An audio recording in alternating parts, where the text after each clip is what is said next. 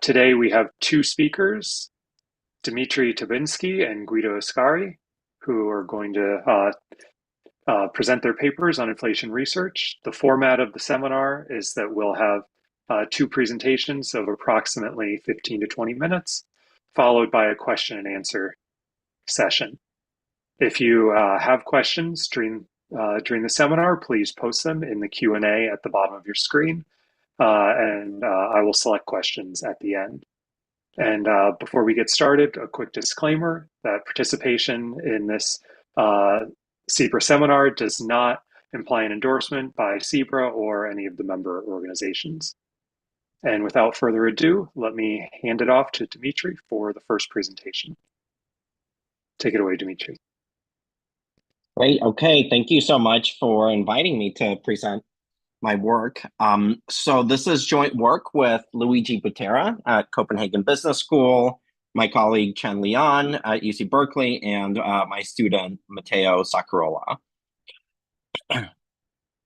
The question we're after here is, how do household level events or news about household level events influence people's forecasts of the economy? Sorry, 1 second. Oh, there we go. Okay.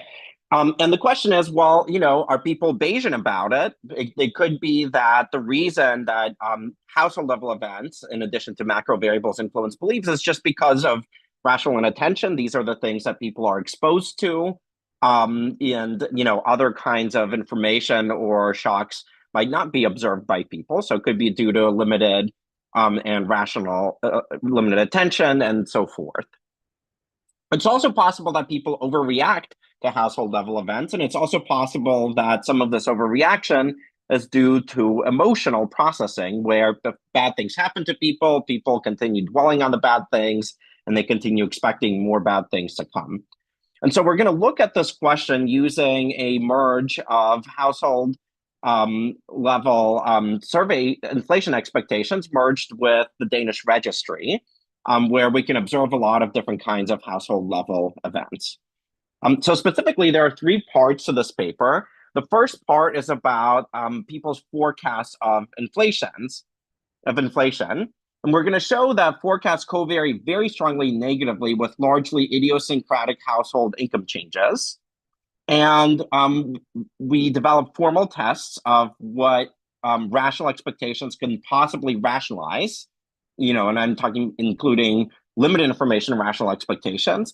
And we're going to show that this covariance is far too large in magnitude to be consistent with any kind of model of rational expectations. In part 2, we dig into what might be underlying these kinds of relationships between household level events and inflation forecasts. And we show that, 1, memory seems to play a role, because people's perceptions of past inflation covary even more strongly and negatively with largely idiosyncratic household income changes. And there's a very strong relationship between backcast errors, so errors in perceptions of past inflation and errors in forecasts of future inflation. We also show that even unrelated negative events, so health shocks to yourself or your family, because these generate negative affect, it looks like those are also changing people's forecasts of the economy, leading to forecasts of higher future inflation and perceptions of higher past inflation. In part 3, we kind of synthesize this with a framework around how emotional events might influence people's perceptions of the economy. Okay, so the data, here we have a long-running monthly survey with about 1,500 participants per month and a very high response rate of 64%. So this is a survey that's run by Statistics Denmark. It's linkable to registry data via CPR numbers, and there are 3 questions in particular we're interested in. One is forecasts of inflation. So by how many percentage points do you accept consumer prices to go up in the next 12 months? The second one is perceptions of past inflation. Okay. And the last one is the categorical variable. This one is non-quantitative, which is, on a scale of 1 to 5, how do you expect your household financial position to change over the next 12 months? We can merge this with tax data, which gives us information about changes in people's income, potentially in a very granular way, where we can decompose it into labor income, non-labor income, and so forth. We have a rich set of demographics from people, and we can also merge it to the Danish National Patient Registry, where we're going to use ER visits as a last test of how completely non-financial unrelated events might influence people's perceptions of what's going on in the economy. The core, the empirical core of this paper is two sets of regressions, okay, where one regression involves regressing perceptions of inflation, okay? So that's the tilde FI. It's not actually, it's the reason we're using tilde FI here is it's not even a perception necessarily, it's a survey elicitation of people's perceptions of inflation.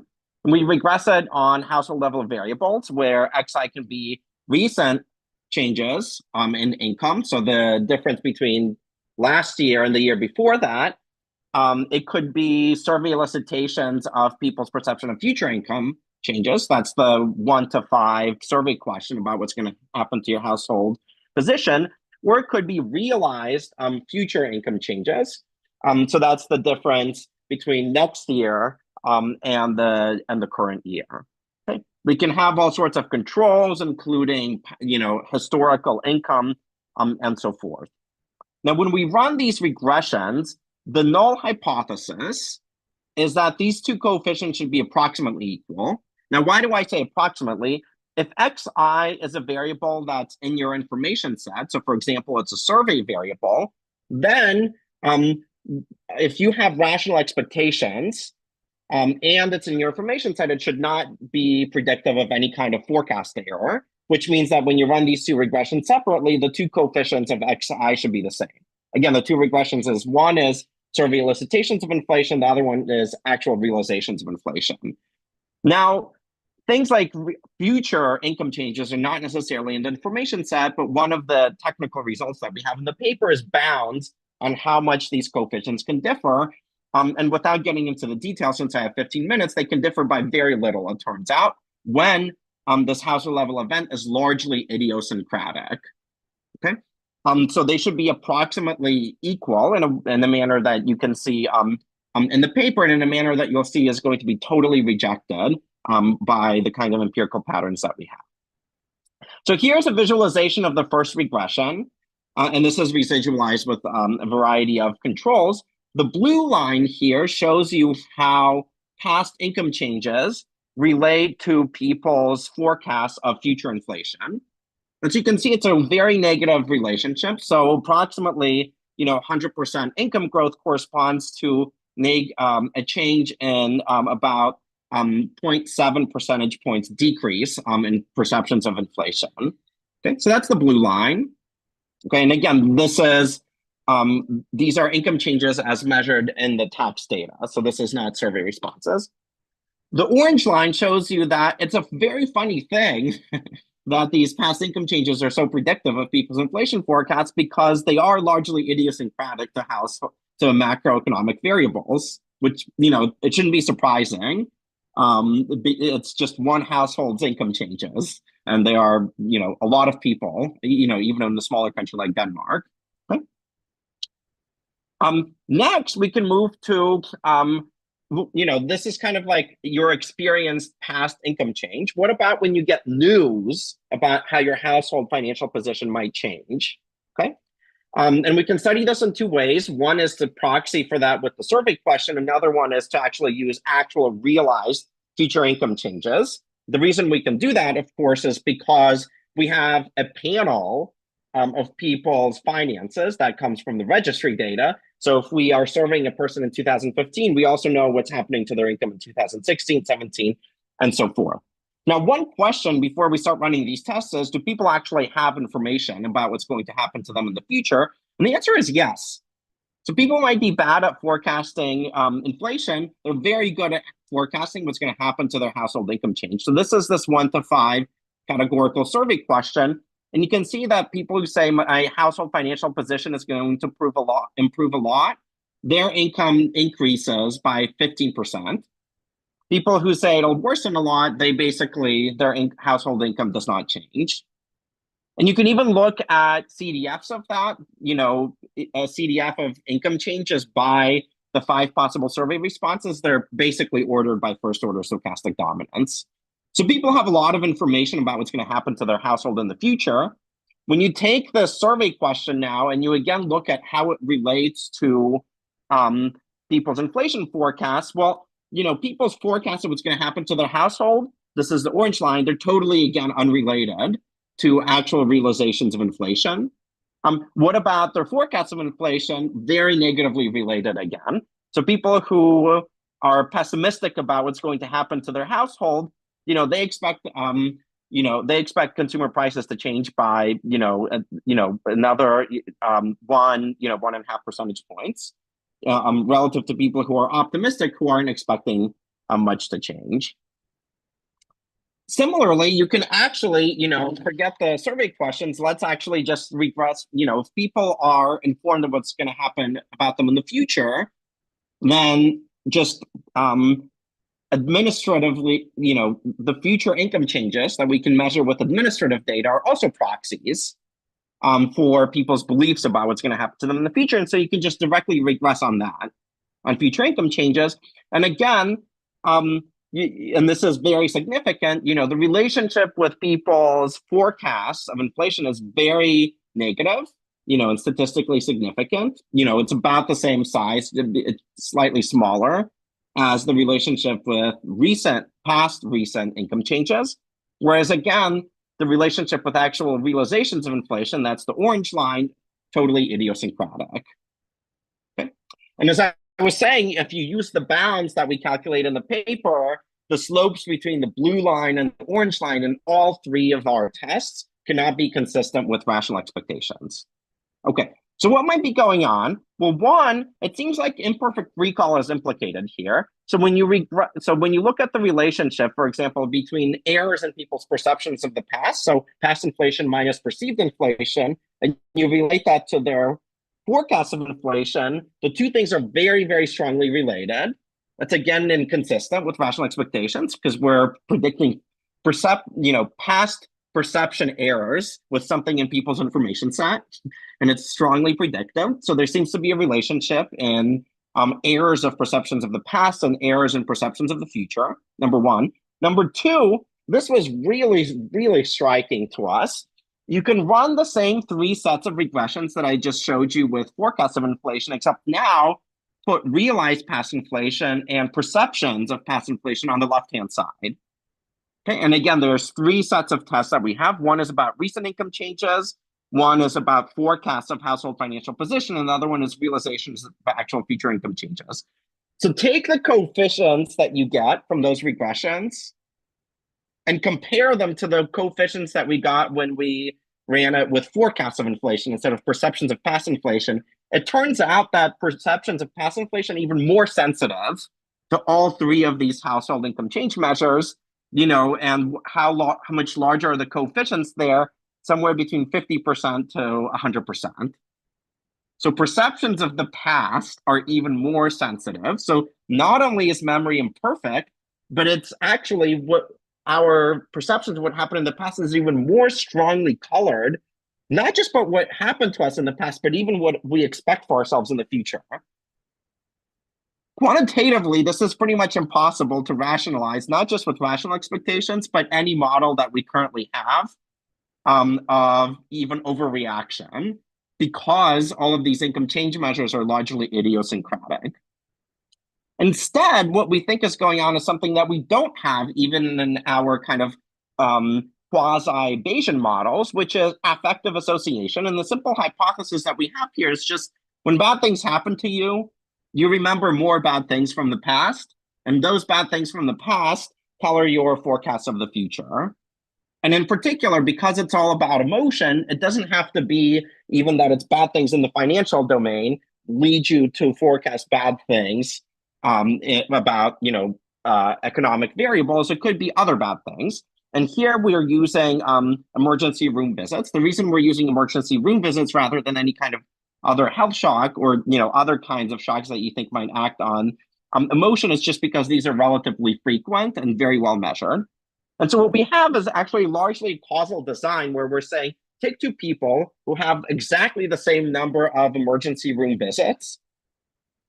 Okay, it's just that one happened to be surveyed about inflation right around the time when someone was going to the ER, and the other person was surveyed far away from that ER visit. So it's kind of a causal design of what happens to your forecast of the economy right around the time when you're visiting the emergency room visit. And the answer is it makes people's forecasts and perceptions of past inflation higher. And moreover, and consistent with what I've shown you before, the impact is, again, actually higher on perceptions of past inflation rather than forecasts of future inflation. And so to summarize, and we have some more survey evidence that kind of connects the dots a little bit on mechanisms, but I think the punchline is actually a very simple hypothesis that, now that I've written it down, I kind of see it in myself all the time. Maybe it's because I'm particularly moody, but I think we all actually are, which is when bad things happen, we think of more bad things. And when we think of more bad things, we forecast more bad things to come. So, I think that's what's going on. I think it's very relevant actually for how people forecast the economy. It's very relevant for what we even mean by consumer sentiment and the kinds of things that shape consumer sentiment. And I think there's a lot more room to investigate these kinds of ideas going forward, with a combination of survey evidence and administrative data being kind of one very useful approach, because you kind of get the best of both worlds. You get to observe a lot about what happens to people, and you can also really try to get more at mechanisms by combining it with surveys and experiments. So thank you very much.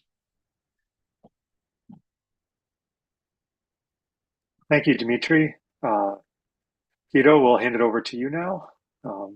And remember, if anybody has questions, you can put them in the question and answer box and we'll answer them at the end.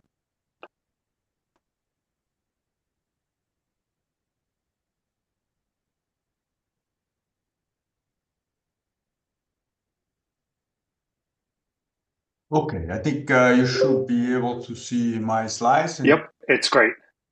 Okay, first of all, thanks to Dominic and Raphael for inviting me to join this webinar series. Thanks for Dimitri for the excellent presentation, very insightful report. So I try to keep the level. We'll try with this paper. This joint paper with Jacopo Grazzini, a colleague at the University of Pavia, and Domenico Massaro at the University of Milan. It's called Great Layoff, Retirement, and Post-Pandemic Inflation, and usual disclaimer apply. So what we know is that inflation has been unexpectedly high in the aftermath of the COVID-19 pandemic, and that spurs a large debate that, of course, I have no time to summarize here about the causes of this. What we do in this paper, we investigate as a possible, extra effects through labor market tightness that comes from a particular channel, which we call the Great Retirement, following Montes et al. What do we mean? So we try to basically see if there is a contribution of this channel and try to quantify also the contribution of this channel in the aftermath of the COVID-19 pandemic inflation surge. Now, what we're talking about, so these are three graphs. So we're talking about this spike here. So between March and April 2020, roughly 22 million workers has been laid off. So that is called the Great Layoff because of the COVID. And then you can see here the reaction of the labor force. So obviously the labor force dropped. And here from the graph, you can see that it took quite a bit of time, actually quite a lot of time, a very persistent drop, if you want. So in order to make up for the previous level, if you fit a trend here, we were almost there now, but for very persistent drop relative to trend, at least in the labor force. That might be caused by the permanent increase in actually the number of retirees. Retirees from 2 million from February to July 2000. And you can see here the trend. And there's a permanent increase here, then stay there, and the gap has not been resolved yet. So the idea here is that a temporary, very temporary, you can see here, spur in the layoff determined a very persistent contraction in the labor force that can may have some effects on wages and therefore inflation. We can also show that the labor force participation rate change depending on the age, and in particular, you can see that, for example, for 1624 and 2554, the labor force participation came back quite swiftly, especially for the youngest. But the 55 plus, instead, the labor force participation dropped and actually continued dropped, right? So like a downward trend. So again, these are guys that are not going back to the labor force. And that's what is called the great retirement. So in this paper, we do two things. We're going to provide you with reduced form evidence of the following chain of events. The pandemic induced a great layoff that triggered a surge in early retirements, and that's what is called the great retirement, that reduced the labor supply, increased labor market tightness, and ultimately caused inflationary pressure through higher wages. And therefore, we find evidence that a transitory, as I said before, labor demand shocks due to COVID generated a very persistent labor supply endogenous response. Actually, not shock. So then we would like to quantify these effects on the inflation surge. How much of the inflation surge can be due to these effects? In order for doing that, we write down a mutation model with endogenous labor market participation and retirement. To account for these facts, we're going to structurally estimate the model and to quantify exactly the impact. And we find that the retirement has a positive impact on inflation, which is roughly 3.7 cumulative percentage point up to 2023 Q2. So this is roughly divided in 1 percentage point 2020, 1.3 21, and 0.9 in 2022, which made up for roughly 1/4 of the overall price increases in the episodes, which is of 16.2% between 2020 Q1 and 2023 Q2. There's also a negative impact on output, simply because there are less people in the labor force, which is actually not very strong, quite negligible, and we try to understand why, which is about a 0.4% cumulative GDP growth less. Okay, so recent issues we skip. Empirical evidence, so let me go quickly on the empirical evidence. First, we do this, we run this regression. Regression is basically showing you that laid off workers are more likely to retire, and this is actually something that is known in the literature. And what we show here, there's nothing special about COVID in this respect. So here you can see we regress, the retirement. So on the effect if you were employed or laid off in the month before. Here is on the wall sample, and you can see that people that were laid off are more likely to retire. And this is particularly true if you are old, so over 55, rather than on the full sample. You can see from the coefficient here. Here in 2 and 3, we control for people that were laid off only 1 month before the survey was taken, and you still have the same effects. But the important thing here in column both 3 and 6 is that what we say, there's nothing special about COVID, because when you put control for COVID or for interaction effects, these are not significant. So that means that these effects are not particularly due to COVID. So it's not that people, because of COVID, decided to retire to enjoy life because they understood that it was a pandemic and therefore there's some things more important in life than working. But it's simply that's what has always been happening. So it's always been happening that if you're laid off, especially if you're old, so over 55, you're more likely to retire. And the fact about COVID is that COVID was simply very large. And that's why you can see it in the statistics very evidently here, in the statistic I showed you. Okay, so that's what I just said. So what we are going to do now, we're going to try to convince you of these effects and try to study the impact of this great layoff on retirement and wages. We're going to do a shift share regression or a Bartik instrument. So we compare counties which are more exposed to contact-intensive industry to counties with less exposure to contact-intensive industry. And this because we are going to exploit the specificity of COVID, which is exactly hitting some sectors more than others, particularly hospitality, for example. So this is the shift share instruments. So we're gonna build these instruments in which this ELN19 is the employment share of industry in industry N in county L in 2019, so before COVID. And here is the change in employment at the national level in that particular industry. So then we have 302 sectors and 280 counties, and we run, the usual kind of regression in which we look compute the quarterly cumulative changes in the outcome of interest. That will be in the next slide. So it will be retirement wages in particular on this Bartik instrument or shift share instruments, and we have a bunch of control that I don't have time to go through. This is the main results. So we multiply by minus one. So this means that counties, so let's look at the effect on retirement. Counties that were more exposed to the COVID shocks because they have a higher share before COVID of sectors more exposed to COVID, they see a relatively higher increase in retirement, as you can see here. And this takes a while, right? And it's kind of persistent. And you can see that there is no pre-trend. What is the effects on the nominal wages? Again, there's no pretend, and you can see that slowly nominal wages are picking up, meaning that in these countries in which there's been a relatively more retirement because they have been more exposed to layoffs due to COVID, the nominal wages are going up. Interesting relative to countries in which they were less exposed to COVID. Interestingly here, we are looking also at the effects of other people not in the labor force. And these actually decreased. That means that, as the old guys retired, the youngest guys kind of try to make up slowly over time for this missing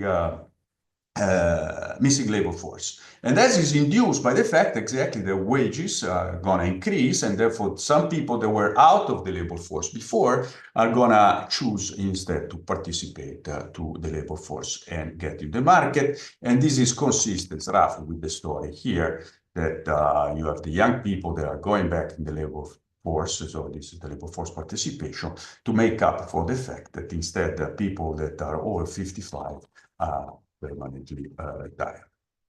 So the story we're telling you about is that there is a very temporary demand shock due to COVID, a great layoff, and you can see here job openings that actually increased after the initial decrease, translated in an endogenous shortness of supply of labor that actually shifted to the left because the labor force participation decreased because of retirement.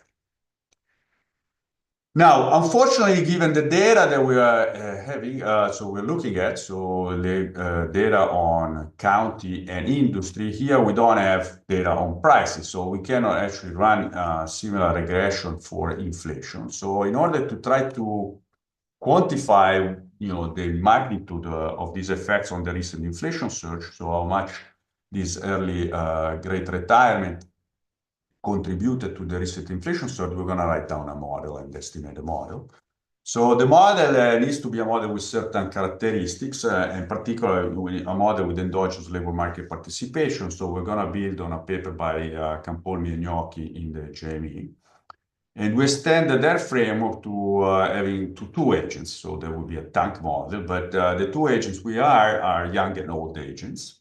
And they have heterogeneous productivities, especially on home production, and therefore different outside option. It will be a model with self-friction, and I'll say something about more there. The only difference between, let's go to the two type of households. As I said, there is young and old, indexed by A. That's the utility function that they have, okay?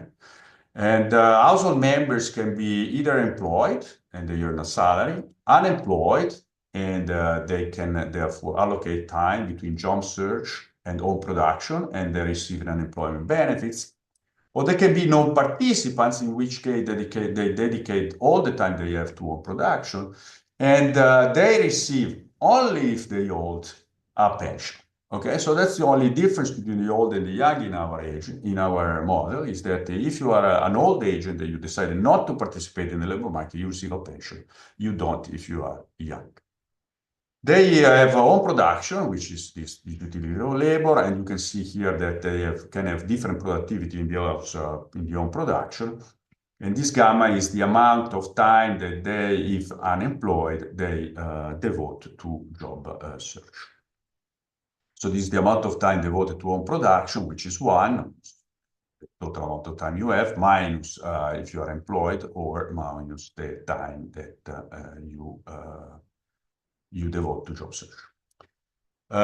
For the sake of time, let me go very quickly on the model. There's the exogenous separation rate, there's a pool of non-employed, there's a split between job searcher and non-participant, which is job finding rate, there are search friction, amortis et pitarides, standard matching function, the wage is determined by standard Nash bargaining, and then we have both intermediate goods and final goods producer, and intermediate goods producer differentiated final goods, while the intermediate goods produce an homogeneous goods, and then the final good is differentiated by this final good producer, that therefore they have couple pricing as usual. So there is also a standard Taylor rule that in which monetary policy, the nominal interest rate respond to inflation at the output. So what we're going to do, we're going to estimate this model. Some of the parameters are calibrated, some are estimated. We're going to use as observables the real GDP growth, inflation, policy rate, the change in labor force participation, change in retirement, change in real wage, and change in real consumption. And then we have the smoother shocks, and we're going to, given the smoother shocks, run a counterfactual. So we simulate the model economy as if the greater retirement never happened. So how do we do that? We basically play around with the productivity at home production of the old agents. Okay, so if you can play around, so you decrease the productivity at home production of old agents such that they decide not to retire. So just to give you an example, so that's the baseline model. So these are the data.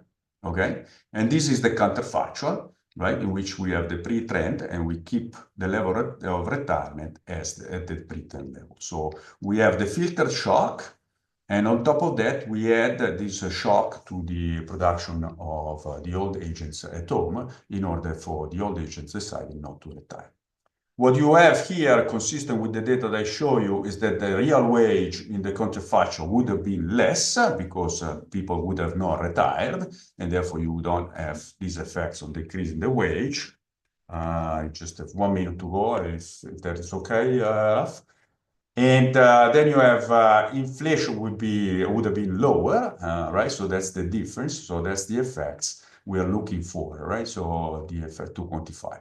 And also some effect on GDP. Now, looking at this graph, it seems that the effects are minimal, but when you accumulate them over time, here you have the cumulative contribution of excess retirement to inflation, so the sum of these differences. And this is the cumulative contribution on GDP growth. On GDP growth, the effect is negligible, exactly because of the increase in the wage, the people that were before outside the labor force decided to come back to make up for their time, as I said, especially the youngest one, and therefore the effect on growth is negligible, while the effect on inflation is not so negligible. It's about, as I said, 3.7 percentage point. So you have a positive income on inflation, which is roughly 3.7% annualized overall, and a negative impact on GDP growth, which is actually negligible. Well, I think I need to conclude now. So this is just to say that we also match the behavior, which this is not estimated, like the behavior of young individuals out of the labor force, which are the ones that actually make up for the great retirement, as I said. So to conclude, we find empirical support for the following chain of events. A massive pandemic-related great layoff caused the great retirement, and therefore a transitory labor demand shock generated a persistent labor supply response, actually not shock. And that generated inflationary pressure.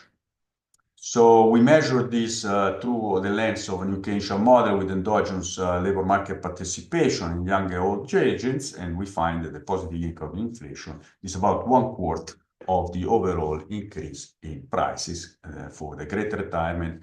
Effects can explain roughly 1/4 of the total increase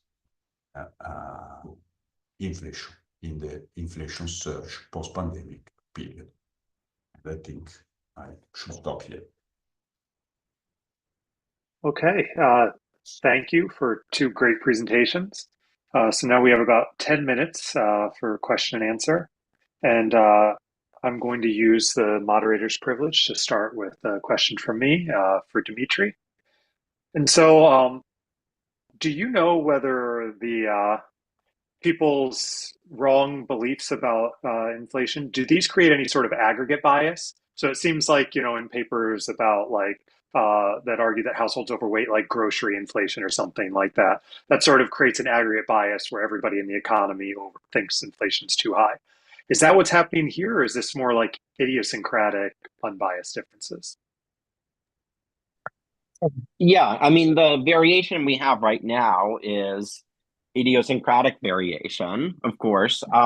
But you know, if the mechanisms that we are trying to flesh out here are the right ones, it suggests that you know, the non-idiosyncratic shocks might affect inflation expectations in pretty interesting ways that we have not fully considered. And this also kind of goes to one of the Q&A webinar questions as well, which is that, you know, one thing this highlights is that, you know, beyond the standard economic considerations of how supply or demand shocks might affect consumer prices, one thing this suggests is that there's a whole nother dimension to this.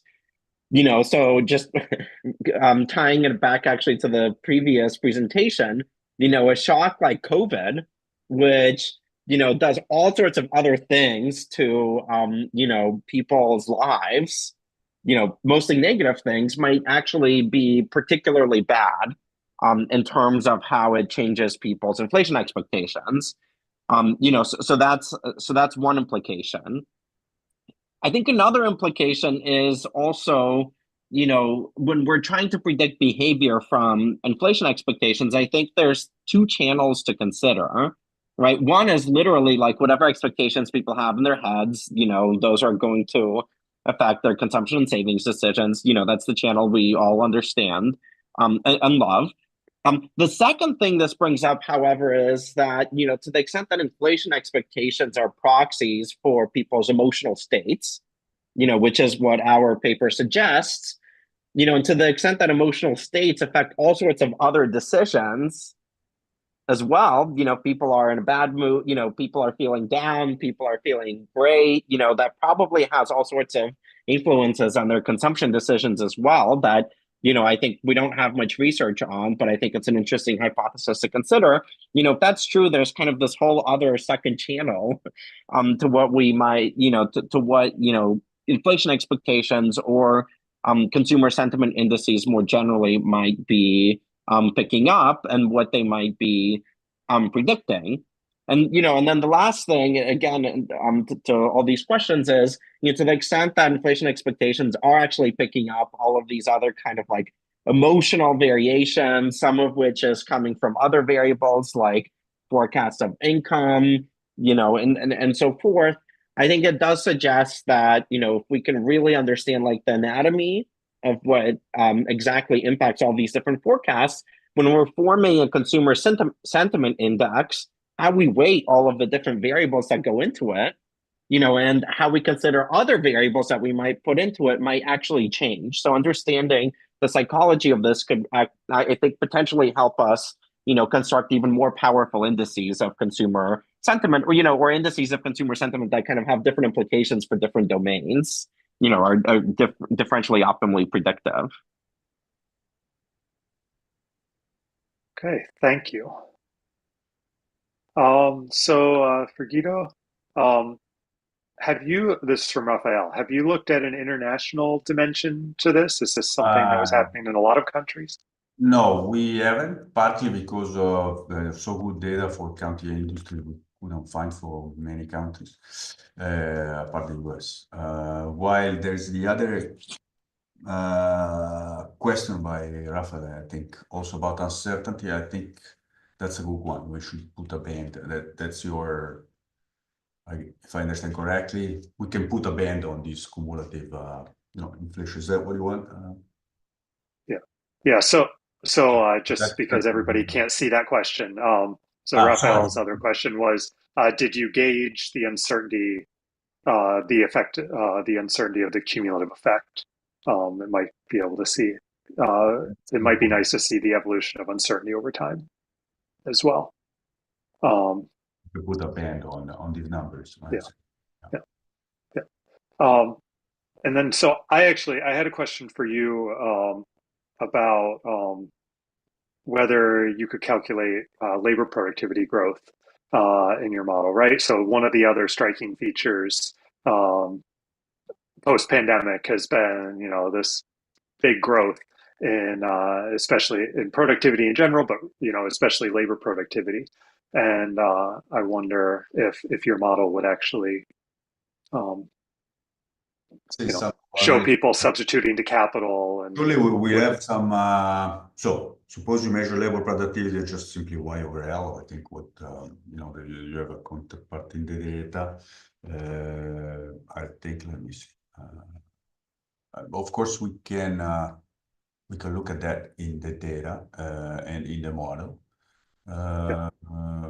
Yeah, we don't use it at the moment, but surely we can do that. We can look at the implication of labor productivity in our model and compare that with the data, a bit like what we do. Yeah, I mean, it's probably too much to ask that your paper could. Yeah, I mean, the model could both explain the. Yeah.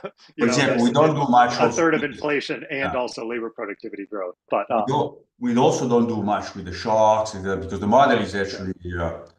I mean, it's not a medium scale. It's kind of a relatively small model, so yeah, we don't want to go too much into explaining a lot of other stuff because probably we need some other ingredients in the model. Okay. And we promised to let you guys ask each other questions if you had one for each other. So can go if Dimitri. Yeah, go ahead. A wonderful and actually very surprising results and presentation. So I was thinking, these bad things snowballing effect, right? So when think about bad things, comes other bad things. So one thing actually you already mentioned. So because what are the aggregate implication of this, right? And so you can take the COVID period. The COVID is probably bad for everybody, right? And then if you look, if you have some aggregate implication that can come from this, right? Because if I think about past inflation, the backcast, past inflation is easy to get. I mean, people should know, right? And that simply means that probably they don't care much about inflation. If they, if something happens to me, it's changed my perception of past inflation, which is easy to get to check. That means that probably they don't care much about it. So that another possibility was simply that inflation, is something. I think about my mother. My mother probably doesn't know what that is. It doesn't care about inflation taking any decisions. I think whatever the decision it is. Now we know that we have a large literature with randomized trial experiments that shows that actual inflation expectation do affect the consumption decision, investment decision by firms, blah blah blah. But yeah, it might be simply that these type of consumers instead simply don't care, and therefore they just have this strange bias with inflation because they don't look at inflation, they don't know what inflation is, and therefore they don't take inflation into account when they take any decision. The other question I have, did you try, or can you with your data build, this is maybe related to what Dominic said, build an idiosyncratic inflation basket for the type of the single guy? These guys are different inflation baskets, so the perception of inflation can come from the different inflation basket that they consume, and might be that actually that's what determines the change, the fact that you have a slope when you look at the idiosyncratic. You mean because household level income changes relate to different the prices that people? Because what you show is that look at the inflation, the aggregate is flat, as you would expect, not because the idiosyncratic change in income, for example, are not. But they might affect, the idiosyncratic basket.